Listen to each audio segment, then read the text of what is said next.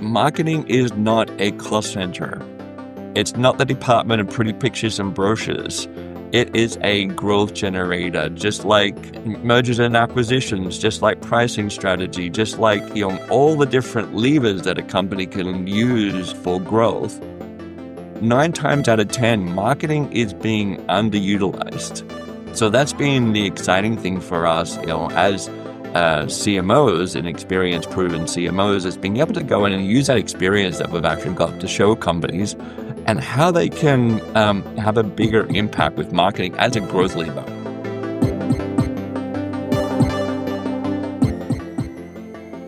Welcome to the Intangible Brand, where we explore the connection between employee experience and client experience and the hidden forces that make brands stick. I'm Jerry Genaria, and today I'm joined by a special co-host, Alec Gleason, Director of Business Development at Toki. Alec has spent the last 10 years building relationships across the AEC industry, particularly with marketers and business developers, so I'm really glad that he's able to be with us for this conversation. I'm happy to be here, Jerry. Thanks for the invite.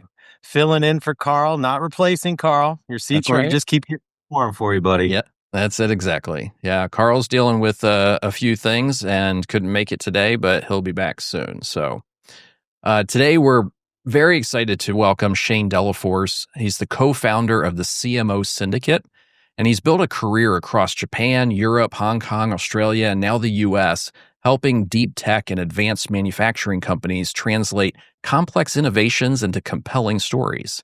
And he's also the author of the forthcoming book, Strategic Entanglement, which borrows principles from quantum physics to reframe how brand and growth become inseparable. And I'm very fascinated to find out more about this. So welcome, Shayne, to the show.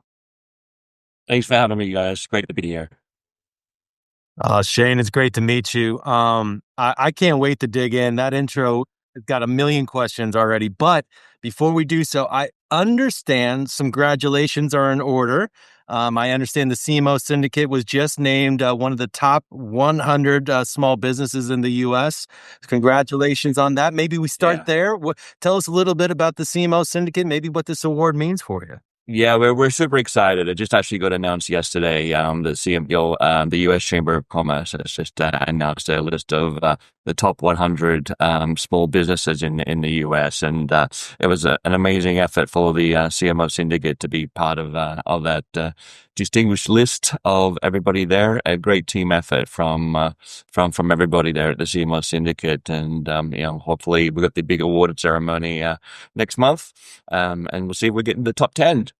Beautiful. Yeah, dust off that tux. Exactly.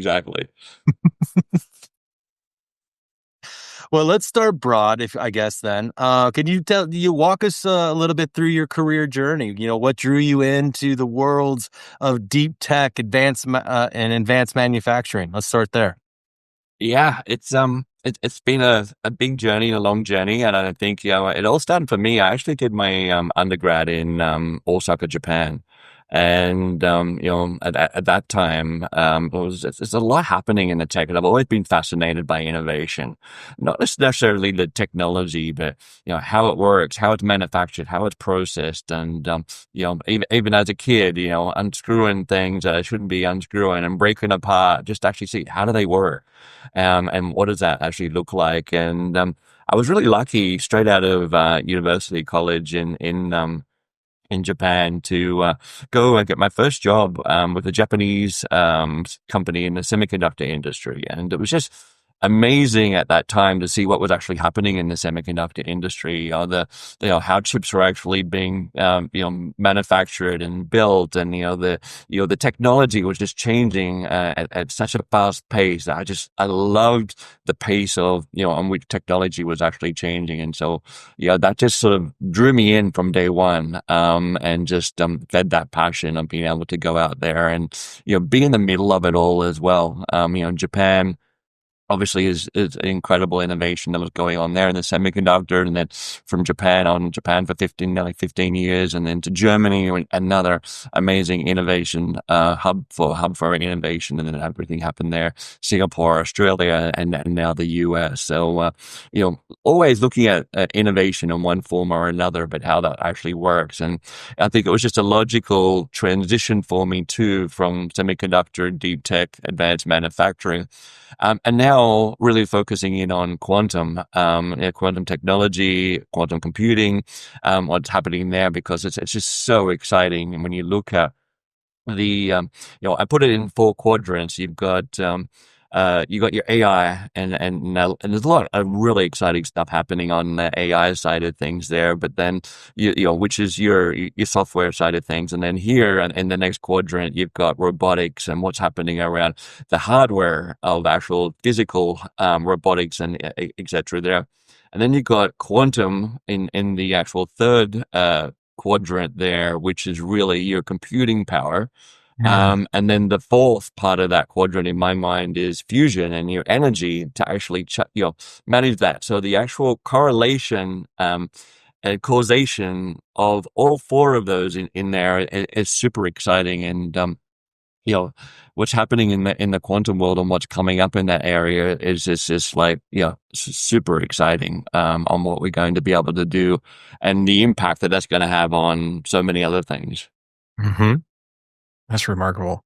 And I think we'll get a little bit more into that when we talk about the book, which obviously intersects with that entire industry.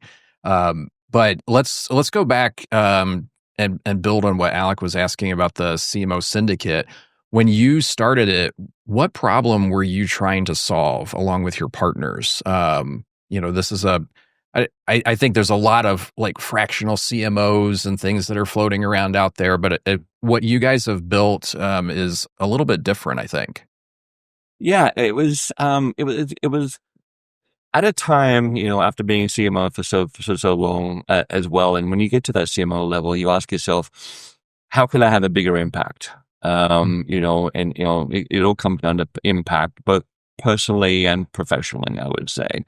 I'm on board of some amazing foundations where we're helping kids all around the world. But when you've got a full-time role, it's actually hard to really focusing on that particular board roles and having a social impact.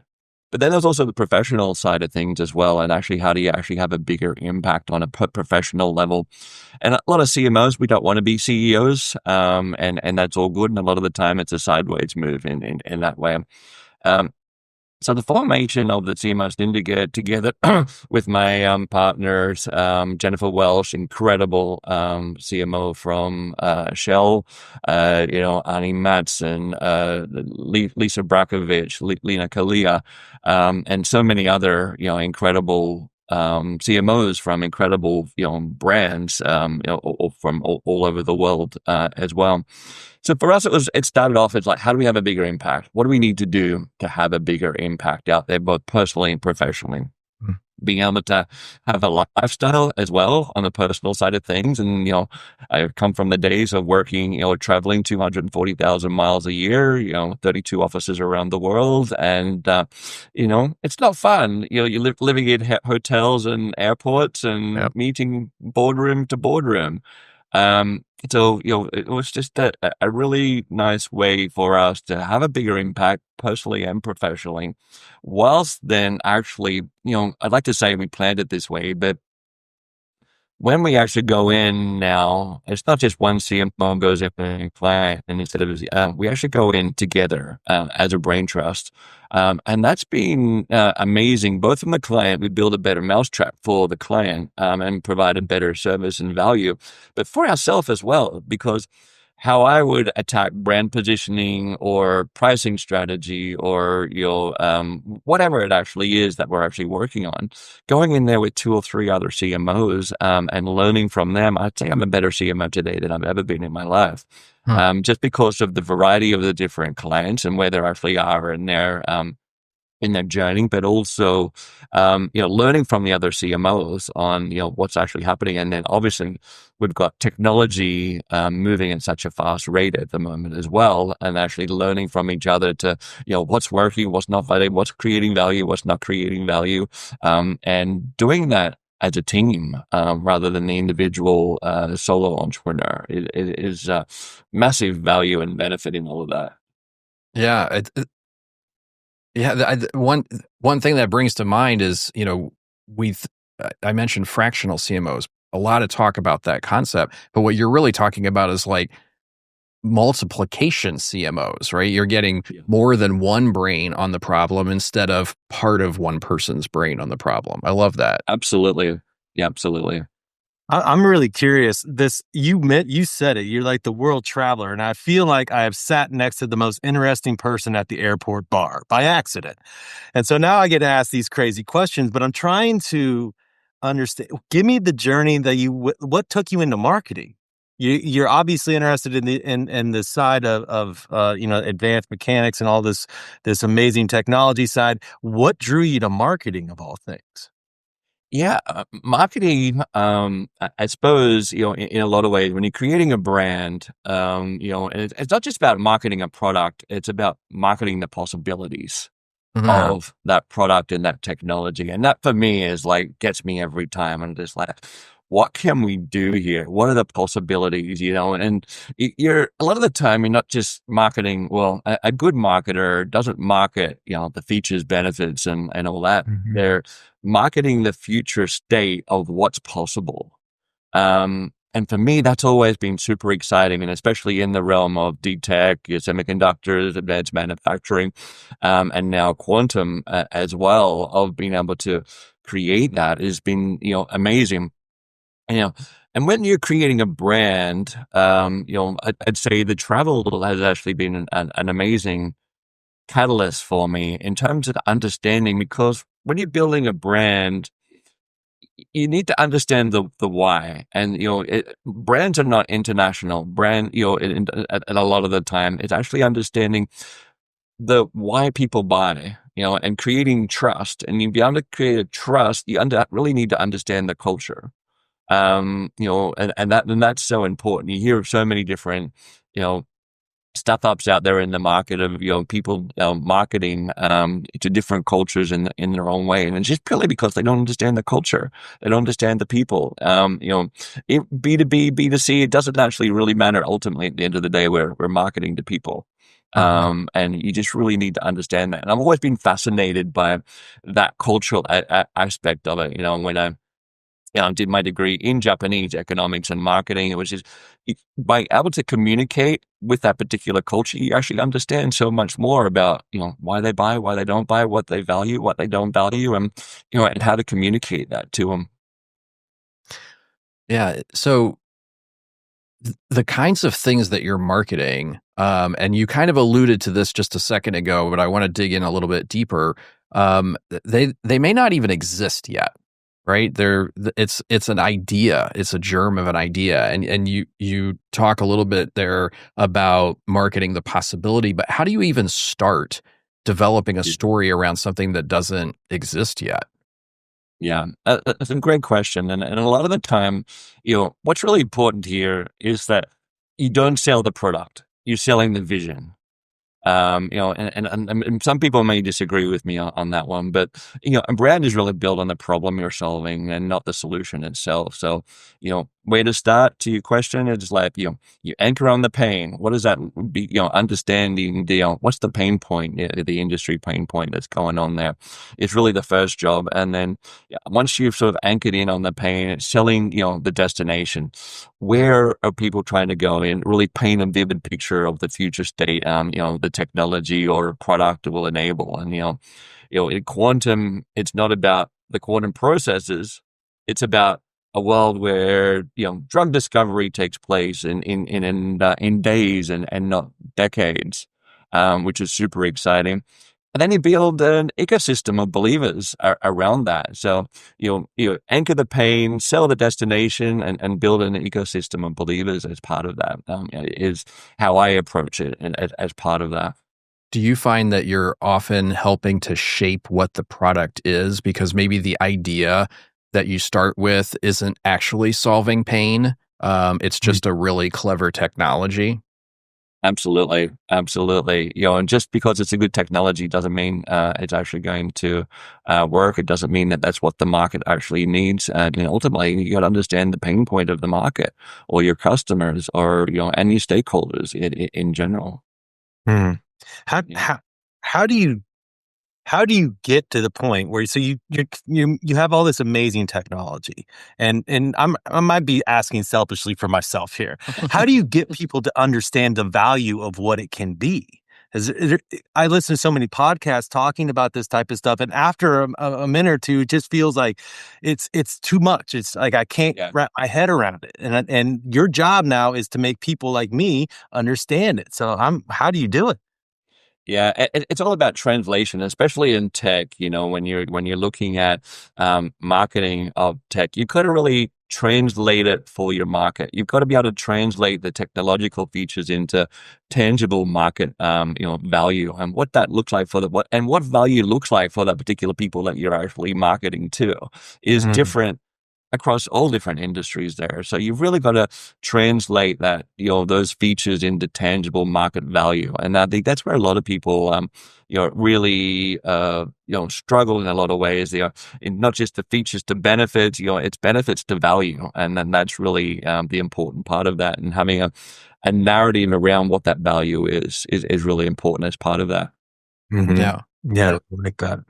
So I want to get back to the book, Strategic Entanglement, and as you explained it to me, it's borrowing from quantum physics, and that makes I love the idea of quantum physics, and we often joke about who am I in some other universe, right? There's another Right. universe version of me Multiverse, that's right? so much better than this version, but help us understand this idea. How do marketing and growth become entangled?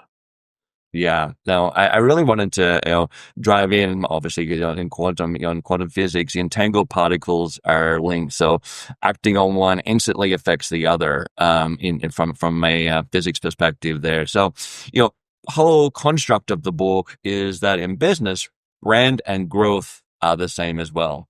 They're not separate departments, they're entangled pair. What happens on one happens on the other. A great brand story, a marketing, with no clear path to revenue growth is a feel good exercise that fails every time. There's Hmm. got to be a correlation there at every time, or you've got an aggressive sales strategy with the growth and no compelling brand, the marketing in a race. It's just never going to actually work. It's a race to the bottom. So a whole concept there, and especially in deep tech, and these companies that are actually building this incredible technology there, but marketing is an afterthought, Hmm. and they're not looking at it as being entangled as part of the growth of the business. So when they're entangled, every marketing action is taken with a growth outcome in mind, and marketing becomes not a cost center but a P&L growth generator. Right. And then, really go into detail about what that looks like as part of that as well. Hmm. And I'm sorry, you mentioned this, Jerry. Does the book come out tomorrow, or is it already out? It's coming out on the 18th of September. So, and just actually getting it ready in time for the World Quantum Congress to be held in Washington, D.C., and aligning it with that. So, exciting with all that coming out. Yeah, Yeah. perfect. And with the magic of podcasting, this episode will probably be out after the book is out. So we'll make sure that there's a link that everyone can get a copy in the Thank show you. notes. Love when a Yeah. plan comes together. Yeah. Yeah. So can you dig in a little bit more on what does strategic entanglement look like inside of a company? Maybe there's an example that you can share where, aligning brand and growth actually changed the trajectory of a business. Yeah, I think there's a lot, and I tried to go through and within the book, and it's with the book, I wrote it more as a blueprint to actually help companies. I just didn't want something that was actually going to sit on people's shelves and not actually get used. It was actually written in a format that, in a way that tells a story that people can use on a daily basis on how they're doing that. But, what does entanglement look like in a company? I mean, you've got the CMO and the CRO is sort of the most obvious one that actually happens. They're allies, not rivals. The goals, budget, KPIs are linked. They're exactly the same. They got to be entangled. The brand narrative is a core sales tool. The sales team is trained on how to tell the company story, but not just the features and benefits of it. Product development is informed by the brand promise. Hiring is a marketing function that actually builds the trust and attracts the best kind of talent in a business.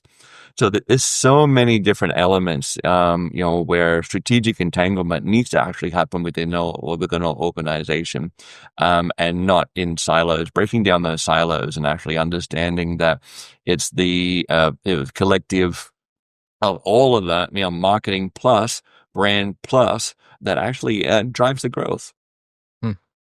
Cool. Going back to the CMO syndicate, I spent some time on your website.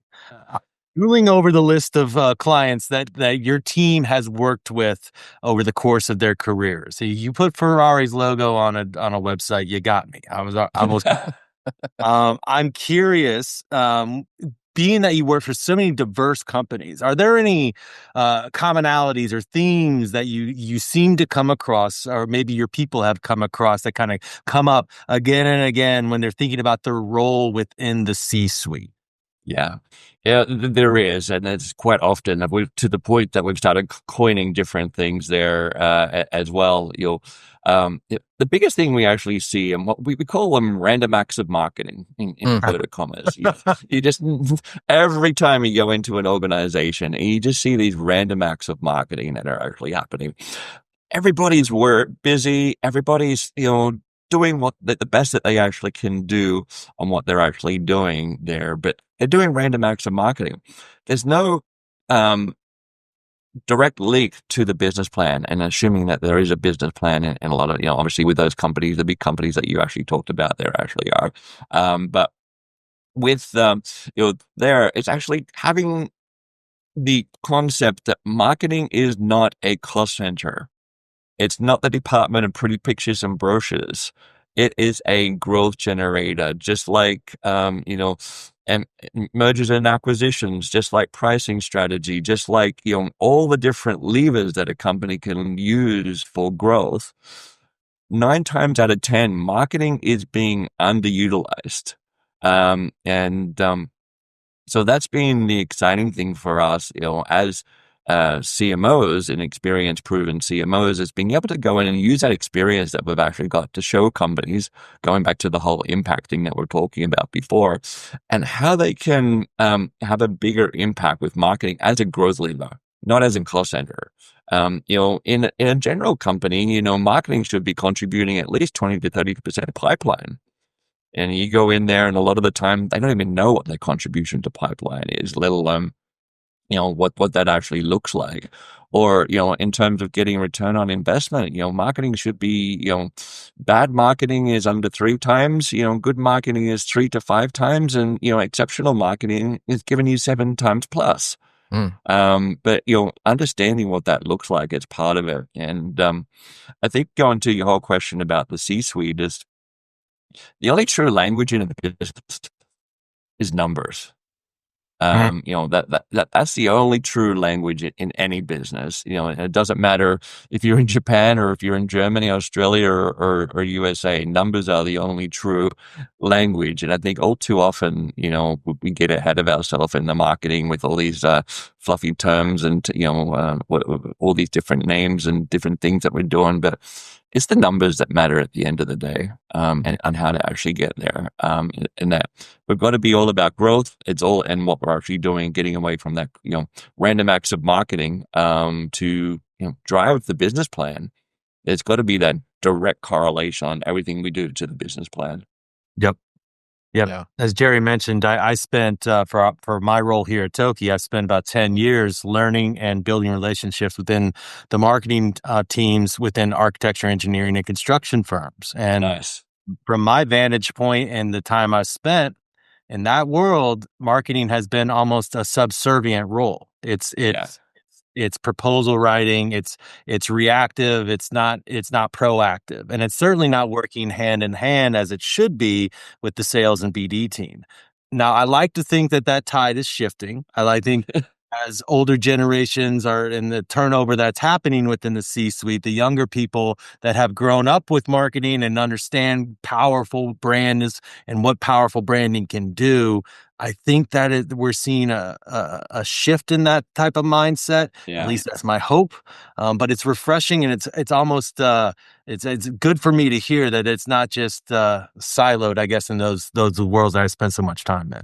No, absolutely. And all too often, I think in marketing too, we just get too caught up in all the tactical, Mm. the brand, the positioning, all important, but they're all part of the total marketing machine.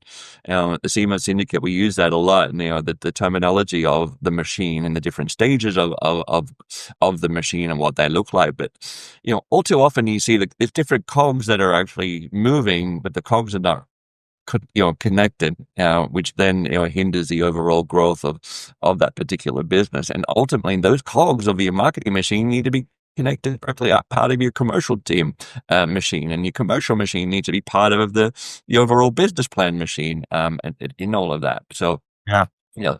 I 9 was times out of 10, we see where the missing cogs are and why they're not turning, and go and add some oil to them. Yeah. And speaking of missing cogs, that's been one of my reactions to a lot of my conversations is most firms that I talk to don't have a CMO. No. Some don't even have a director of marketing. I've always Yeah. found that fascinating. Like Yeah. how come you don't have a seat at this decision? You're basically asking me to fulfill an order and being an order taker yourself, and that's certainly not what you signed up for. So, No. yeah, how do we get those people in the right seat? It's a Exactly. hard question. Yeah, absolutely. And a lot of the time when you see that and you're going in there, and we see that a lot with the CMO syndicates, we're going in there, and a lot of the time they bring us in because they don't have a CMO and they don't actually understand marketing. But Mm. when you actually go into a business, and you talk to an engineer, you know exactly what an engineer does. When you go to an accountant, you know exactly what an accountant does, or salesperson, and manufacturing, or whatever that particular function is. But one of the problems we really have in marketing is people don't understand what marketing is. So a lot of the time when we're actually going in to a new brand, a new logo, and talking to them, the first conversation that we have, what is your definition of marketing? Mhm. What is the role of marketing? Is it a cost center? Is it a P&L generator? Is it your department of pretty pictures and brochures? What is your definition? It's so important to put a line in the sand there, and actually, so people actually understand what it is and what it should be doing.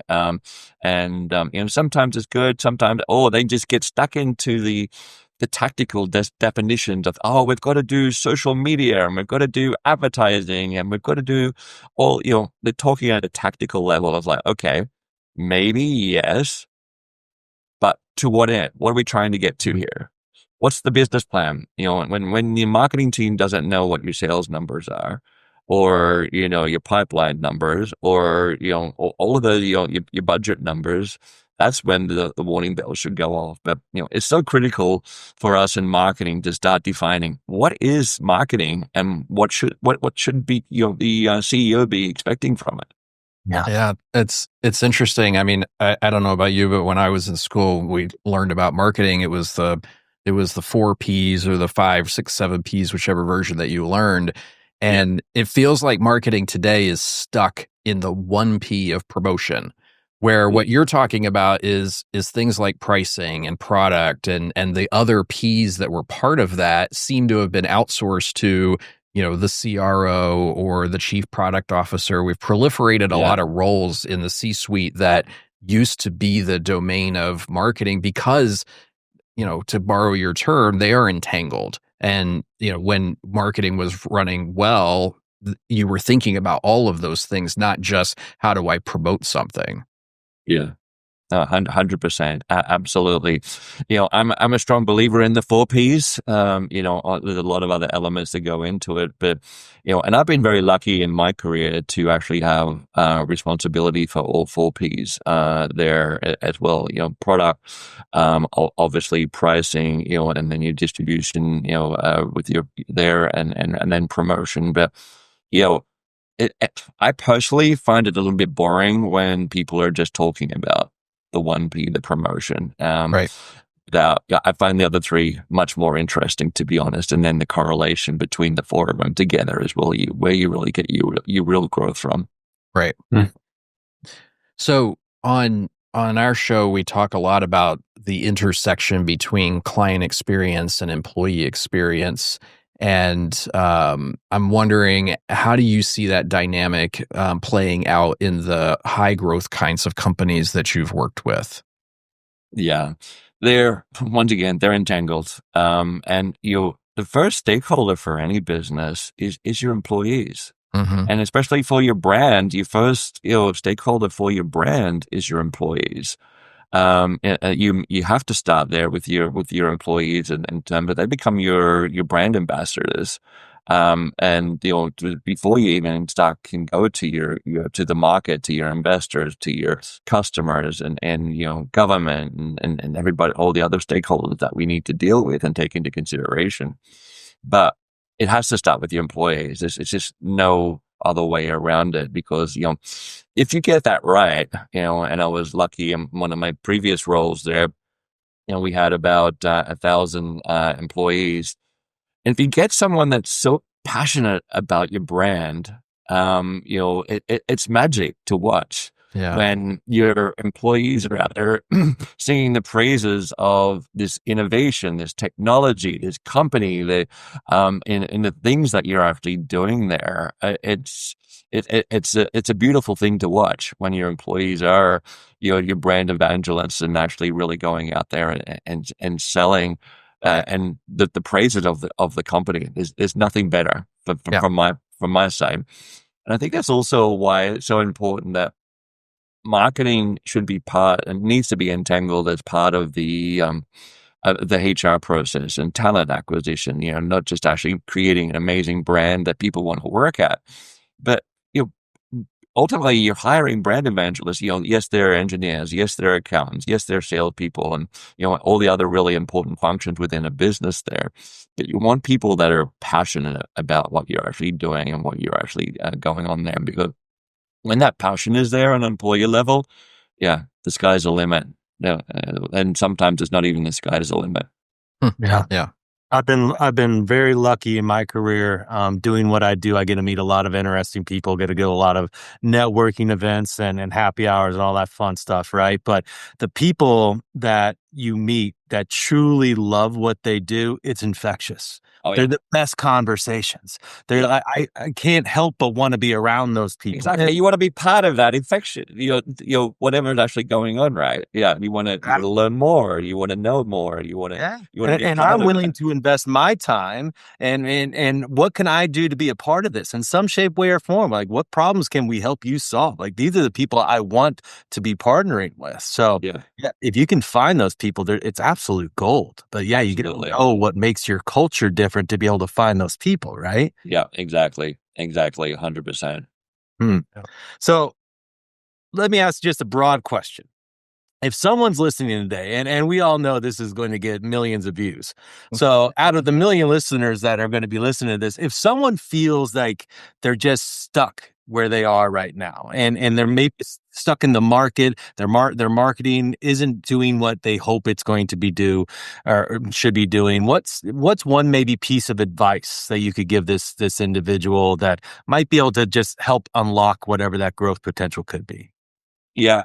Taking a step back and getting I'm not doing a plug here, but getting external look at things. A lot of the time we always start with an audit when we go in there, because it's really what they think is stuck is not stuck sometimes. What they think is broken is not always broken. And what they think is a problem is not necessarily always the problem. And, being able to have a third party have that, different view on things and actually really seeing what it actually is, that they're stuck with. And sometimes they're not stuck.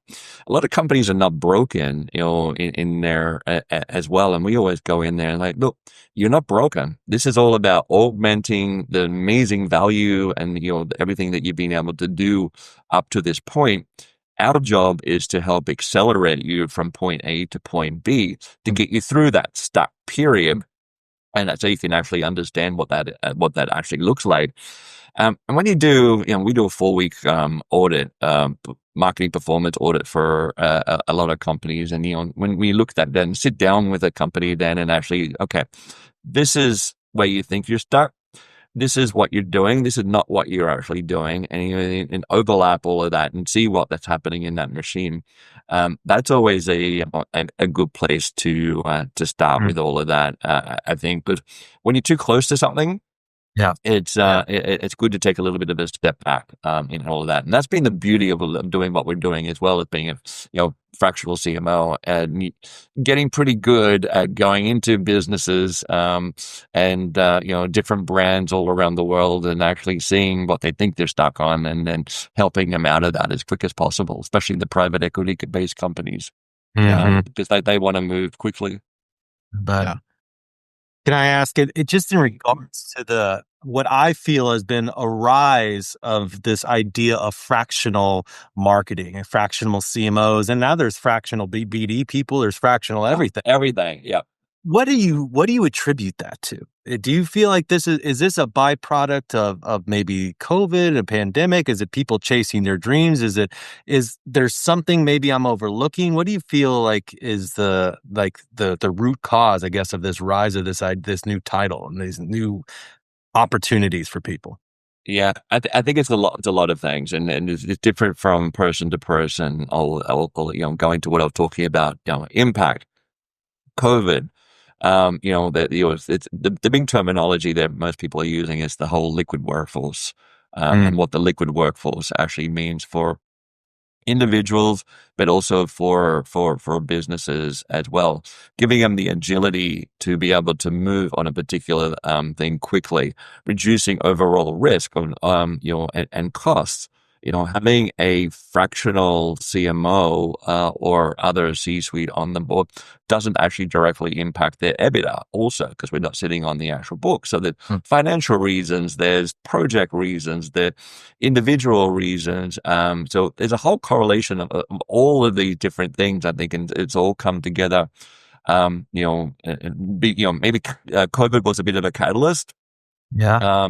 As part of that, but I think businesses are actually starting to con on to the point that you can have access to these incredible C-suite talent, leadership, and experience without the cost of a full-time there. And even if there is a full-time on there, being able to have a peer to actually help them through all of that as well, to get through what they actually need as well. I don't know any company or any marketing department where they say they have enough support and help.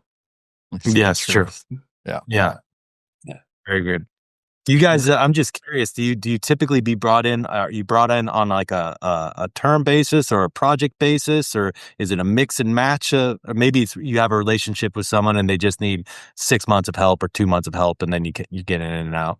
It all depends on what the problem is. We build around the customer problem, and their pain points on what they're, a lot of the time, if things are, needing a lot of support, and, if it's not just, multiple cogs in the marketing machine that are needing, it could take up to 6 to 12 months to go in there. You're looking at platforms, the people, the strategy, the technology, all the different elements that go into, the marketing plan and the marketing strategy to be able to do that. So we have everything from an advisory, once a week check-in, all the way through to, full on, being a CMO at that particular brand and company, working with the rest of the C-suite and the marketing team to turn things around, to get them to that acceleration of growth where they actually need to get to, getting them back on track.